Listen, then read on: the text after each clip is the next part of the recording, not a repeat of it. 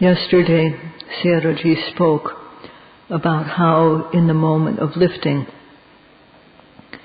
there is a series of intentions which are the cause, a series of physical acts of lifting which are the result. Cause and effect are occurring together in a pair. And when one observes these as they happen, with the practice of satipatthana, respectfully, meticulously, without taking a break, then one will see how things are related as cause and effect. Sayadaw spoke about this in accordance with what the Buddha said. And those who work precisely, without thinking and reflecting, but who work clearly, come to see this in a short time. If thinking is present, that is just thinking. It is not real knowledge. Real knowledge has not occurred at that time. But reflection occurs like this, and after reflecting, then words occur in the mind.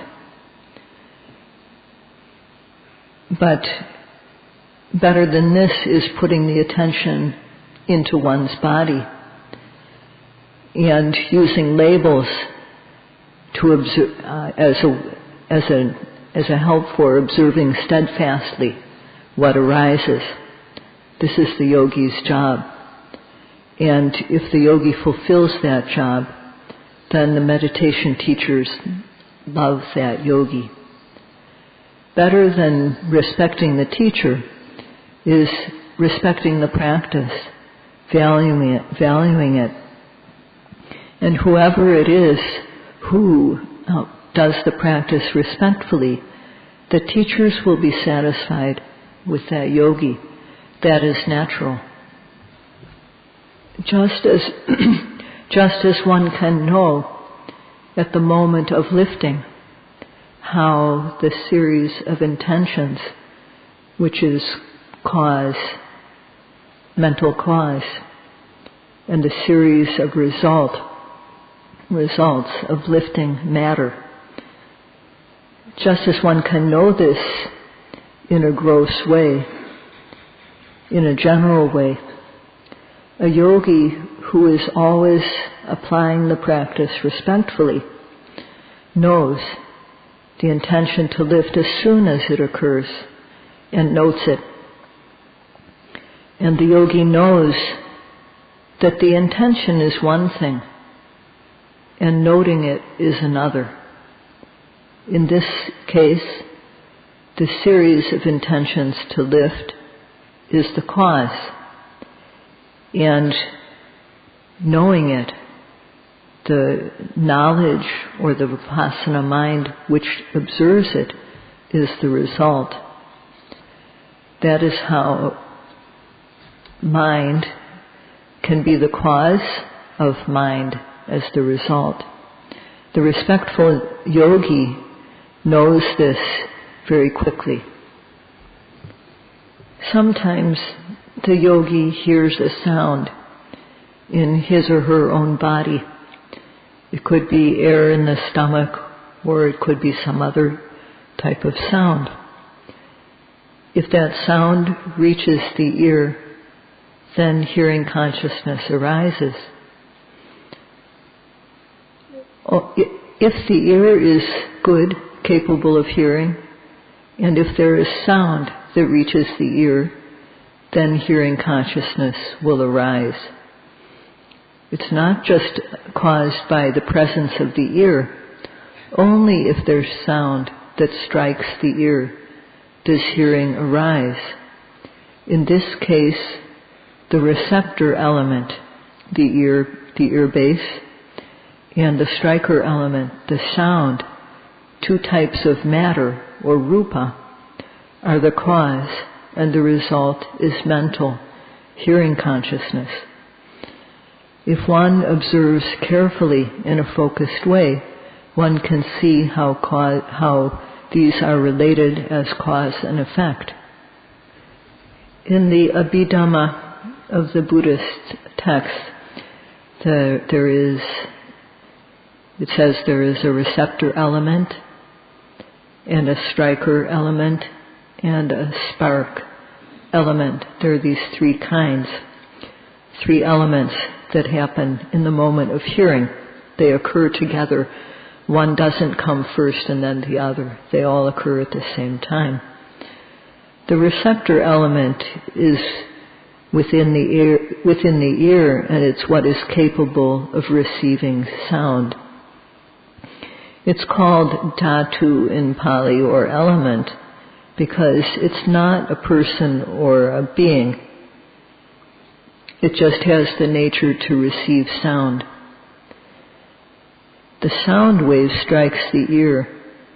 This also is physical, or rupa.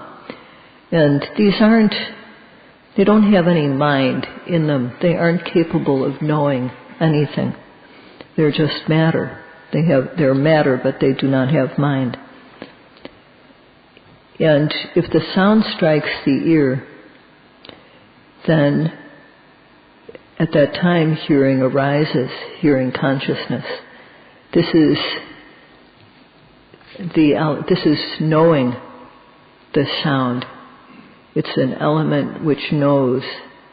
It's not a man or a woman. It's not I or you or a being. It's just the quality of knowing the sound. In the ear, when the mind and the sound meet, there's contact. The mind and the sound meet on the ear. And due to the contact, if the sound is a pleasant sound, then it's good to hear. It feels good to hear. And if it's an unpleasant sound, it feels bad to hear. So there's this quality of feeling that comes due to contact, which is pleasant or unpleasant. And in the Abhidhamma, it is said that this is strictly neutral, upekkha. But in practice, when we practice, we experience all three types of feeling: pleasant, that is good to hear; unpleasant, bad to hear; and neutral. But the neutral feeling is hard, difficult to perceive, especially at the beginning. So there's the feeling, pleasant feeling when something is good to hear, unpleasant feeling when something is bad to hear, and the contact together with the hearing consciousness, the knowing of the sound. This is called the spark. And if we look at each of these elements involved in the moment of hearing, they're just elements, just qualities. As a group too, they're just elements. And in order to know them, one has to observe them right when they arise, right when the hearing arises. So if one does, then one will understand, because of the ear, hearing arises. The sound strikes the ear and hearing arises. So the yogi who observes and notes when hearing happens knows this very well.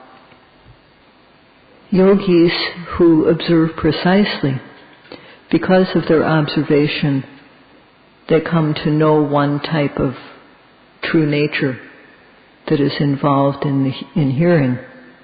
And in knowing one, they come to know the others. So when one comes to know one of the elements involved in hearing,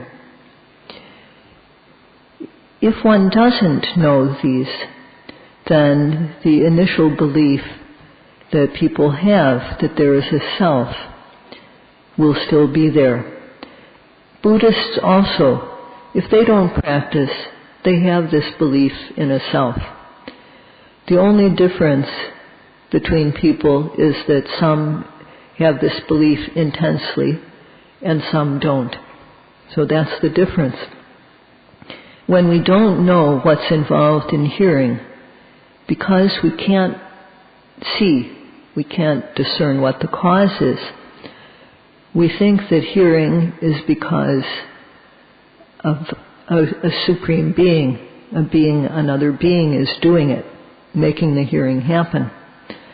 But when one observes at the moment of hearing, whether one knows the receptor element or the striker element, the sound, or the spark, the hearing consciousness, when one knows any one of these elements, one knows there's not a being involved.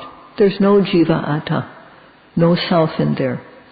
This belief in a self is removed. Because one sees that hearing occurs because of sound. It occurs because there is an ear. And when one knows the cause for hearing to arise, then one no longer looks for any other cause. One no longer inserts any other cause. So if one doesn't know the cause for hearing to arise, one assumes that there's a supreme being, a parama atta, an ultimate being. And people who have this belief initially, if they practice and observe carefully at the moment of hearing, and they see how hearing happens, this because of the sound and the ear, the hearing occurs, then they decide for themselves what is the true cause. There's no need to say to such a person, give up that idea. Because when someone sees cause and effect through their observation, because they see clearly, they become free of any doubt. In the moment of hearing, if we analyze what is involved, in the moment of hearing there's sound and the ear base. These are physical or rupa. There's hearing consciousness, contact and feeling, good or bad. And these are mind. There's just mind and matter, nama and rupa, not a self or a soul, not a woman or a man. Hearing is just matter and mind. And this matter and mind that arise in hearing are cause and effect, are related as cause and effect. So if we want to know what happens in the moment of hearing, then we have to observe it when it happens. We have to observe this. And we need to observe it as a whole. We can't just note, oh, that's the ear, or that's sound. Similar to when we eat, we put a lump of food in our mouth. In the food there's flavors in this lump of food, and we chew the lump and then we know what it tastes like. So if we want to know what happens in hearing, we have to observe it as a whole when it happens. And because of observing it, when our effort, sati, and when our effort, mindfulness and concentration, virya, sati, and samadhi, are well developed, then sometimes we'll know that hearing happens at the ear. Sometimes we'll know that, sound is striking the ear. We'll know the sound. We'll know, that is being heard. And sometimes we'll know there's hearing. We'll know the consciousness. Sometimes we'll know how the sound and the ear meet. Or sometimes we'll know the feeling that it's good to hear, or unpleasant to hear. One can't know all 5 of these elements at once, although they happen together. Sometimes one will know one, or one will know another. So the obvious one, the one that is obvious, is what the mind notices at the moment of hearing. But because they all occur together at the same time, when one knows one of these 5 elements, one automatically knows the others, even though they are not obvious. When we know one part of the 5 elements that happen at the moment of hearing, it's not that means that knowing is happening at that moment. So it's not possible at the same moment for ignorance to arise concerning the hearing. If knowledge arises, ignorance can't possibly arise at the same time. So although what one knows is the obvious element among the 5, one automatically comes to know the others which are not obvious, and the yogi should understand this. So, as Sayadaw was saying now, just as in the moment of lifting, there's both the intention to lift as well as the physical lifting, mind and matter occurring together. So too, in the moment of hearing, mind and matter occur together. And as in the moment of lifting, these mind and matter are related as cause and effect, so too in the moment of hearing, they are related as cause and effect. And Sayadaw has been speaking about this so that you will know from a theoretical standpoint. But one should not stop at knowing the theory. One should observe one's own processes, one's own being, in order to see mind and matter and to see how they occur as cause and effect. So to know these, just as we need to observe the rising and the falling of the abdomen when these occur, so too we have to observe these sense experiences when they happen. And Sayadaw will describe more thoroughly later on when it's appropriate. But just as in the moment of hearing, there is cause and effect occurring, so too in the moment of seeing, there's the eye and the form which are physical, and then there's the knowing of the sight, contact and feeling, which are mind. So mind and matter occur together. And the matter, the eye and the form striking the eye, causes the mental qualities to arise. So too in the moment of smelling. An odor strikes the nose. The odor and the nose are both physical. When the odor strikes the nose, then there's consciousness, knowing the smell, which is mental.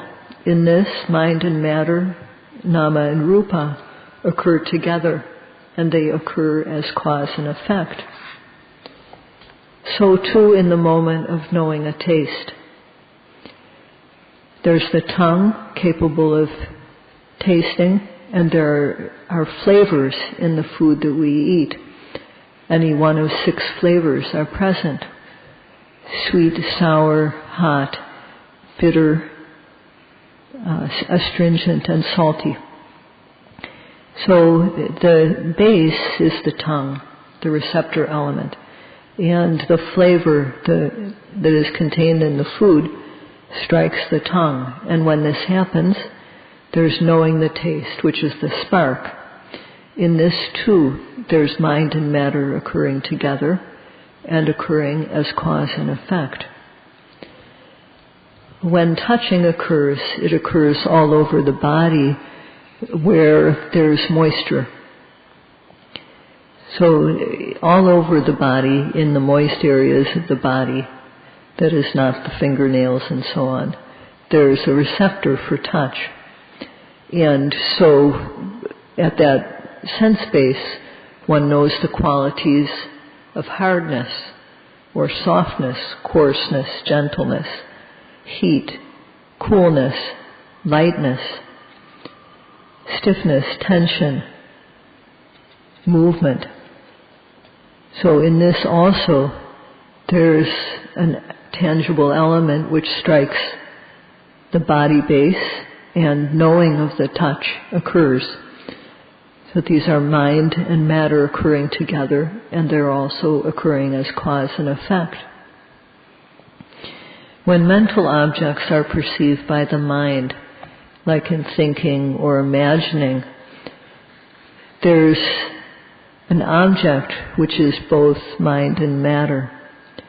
So Sayadaw will speak more in detail about what exactly is involved in the moment of knowing a mental object. So the base, there's the base and there's the striker. Various kinds of objects strike at the mind, and there's knowing of the objects. It's not really, for example, not really hearing, but as though we're hearing something. Not really seeing, but as though seeing something. These happen in the mind. So one knows these types of mental objects. And in this, there's mind and matter occurring together and occurring as cause and effect. And further, even down to very small actions such as blinking, opening and closing the eyes, there is cause and effect occurring. When we open the eyes, if we keep them open, the surface of the eye becomes dry, and it's uncomfortable, and one wants to blink. So then there's the intention to blink, and blinking occurs, which moistens the surface of the eye and makes it comfortable. But if we keep our eye open, the eye again becomes dry, and it feels uncomfortable, and there's the intention to blink, and so on. So in this, mind and matter are always occurring within us. Mind and matter are always occurring together, and they are occurring as cause and effect. If we want to know these, then just as we have to observe hearing at the very moment that it happens, so too we have to observe seeing and other processes at the very moment that they happen. But at the start, it's not possible to observe all these different types of things. So we have to start with simply observing the rising and the falling of the abdomen in sitting. But what Sayadaw wants to point out is that these other things are also good to note.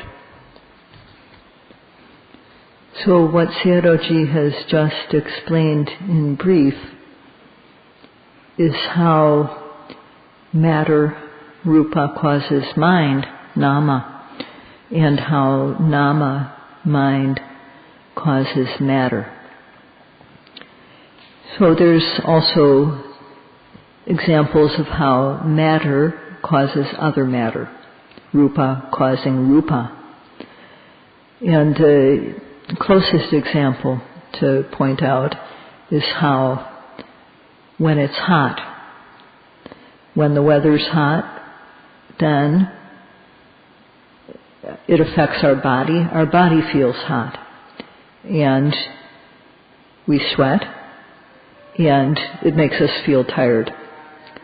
So in this instance, the heat around us, the heat of the weather or the environment, reaches the body and causes sweat, as well as causing a feeling of tiredness, which are both physical.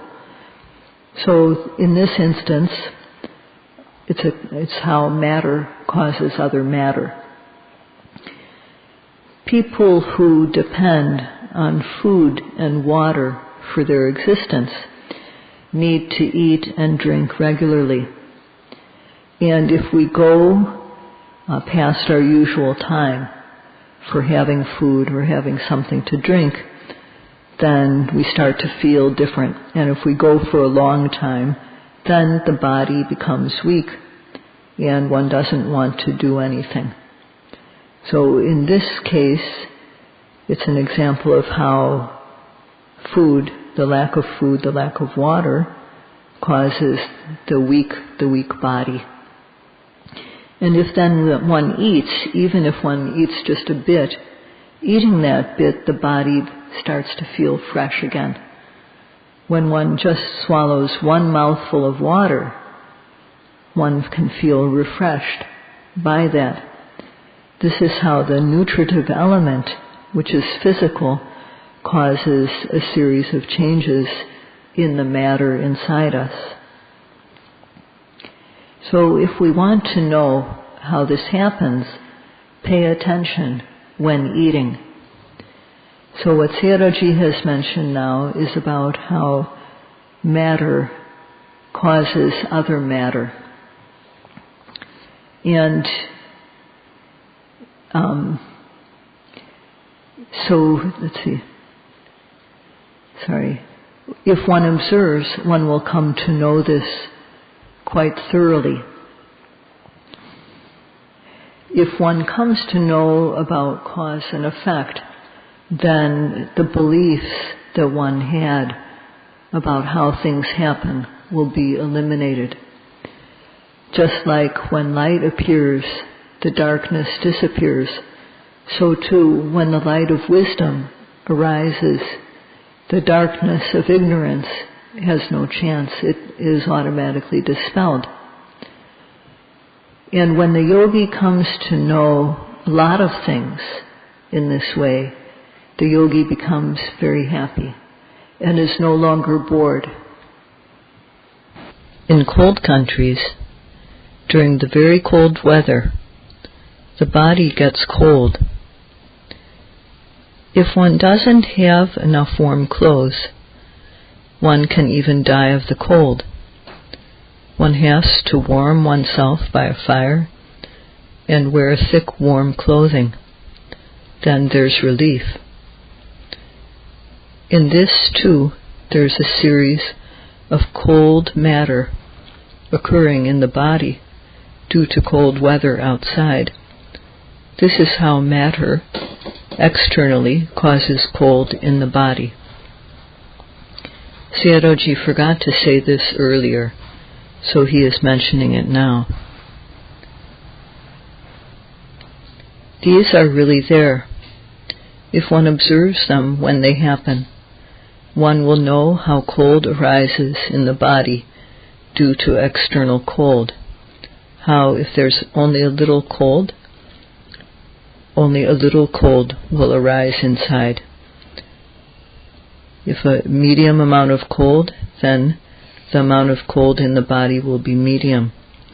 And how if there's a lot of cold, if it's very cold outside, internally there will be a lot of cold created, and how one will know how one suffers and is uncomfortable at that time.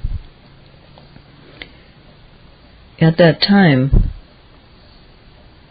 cold matter externally causes not only matter, but also mind. Mind is also caused. Observe carefully in this moment to see how. In addition, matter or rupa is also caused by karma.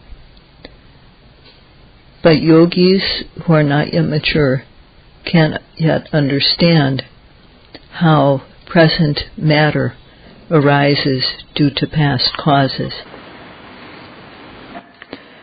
So for now, in practice, one should understand that there's ways that mind or mentality causes other mentality. There's ways that mind causes matter. There's ways that matter causes mind, and there's ways that matter cause matter. And if one comes to understand these through one's practice, later on one will come to understand or to accept about how these other forms of rupa can arise. So if one wants to know the mind and matter inside one and how they are related as cause and effect through our own experience, one should observe what arises. One should observe the obvious object when it becomes apparent. So Sayadaw hopes that in doing this, you may be able to gain your own internal knowledge stage by stage. That's all for today. Sadhu, sadhu, sadhu, sadhu, sadhu, sadhu, sadhu.